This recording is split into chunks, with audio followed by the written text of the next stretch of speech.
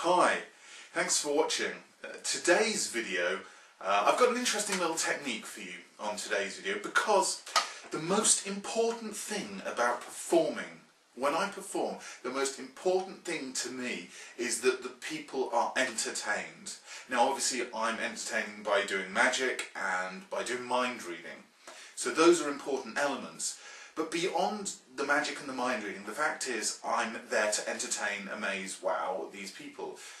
I want to get the reactions that you see on television, where people scream and they freak out, they start applauding and cheering. I want to get big, amazing reactions from people.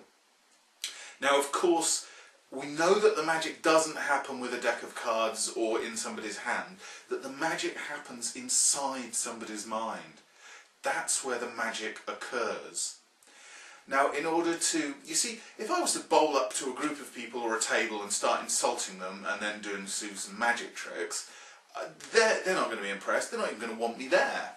And I'm not going to last very long at that gig or indeed being a magician.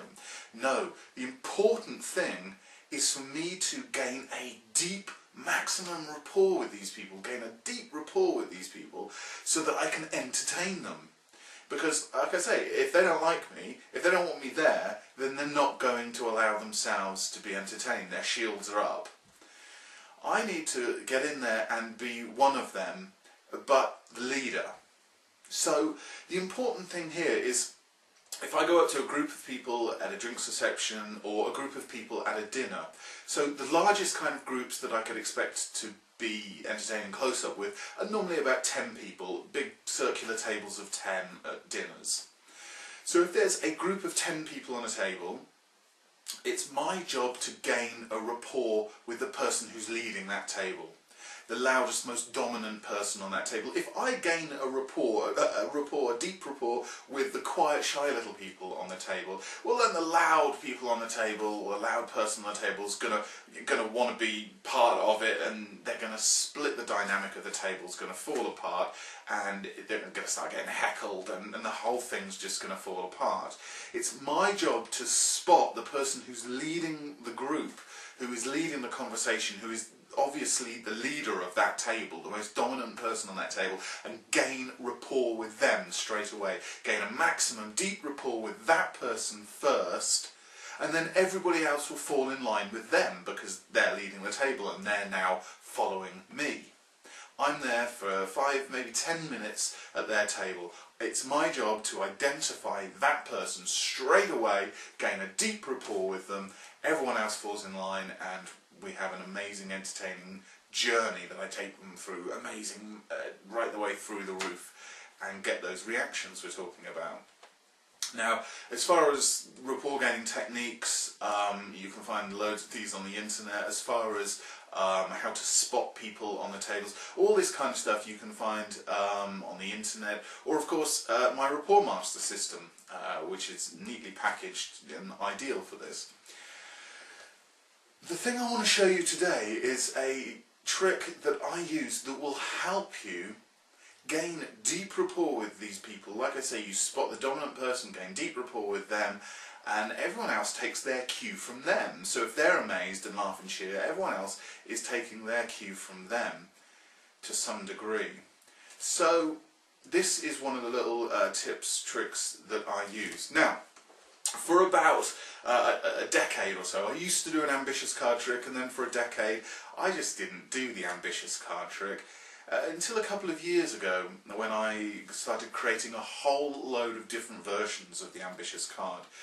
If you've seen my ambitious belief video, which was my first video blog post, you'll see what I mean. That's an ambitious card trick like you've never seen before. It's not recognisable as an ambitious card trick. Well, the one that I'm going to show you today is one that I use to gain, like I say, a deep rapport with people.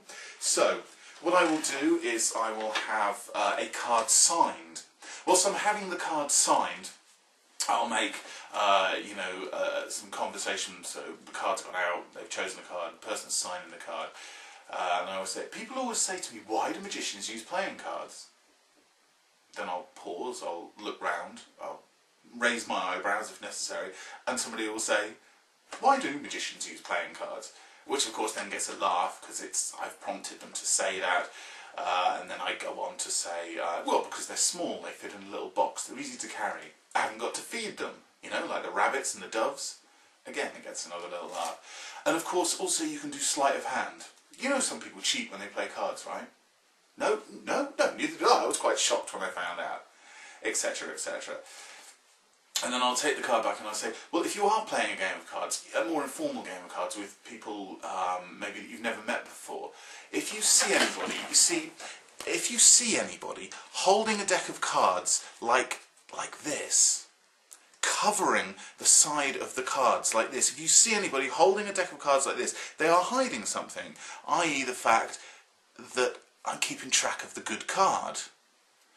So what I can do from here is I can deal cards from the top to everybody else, keeping track of the good one, and then with just a little snap like that, that's all it takes for me to deal the good card to my friend. And then we win the hand together.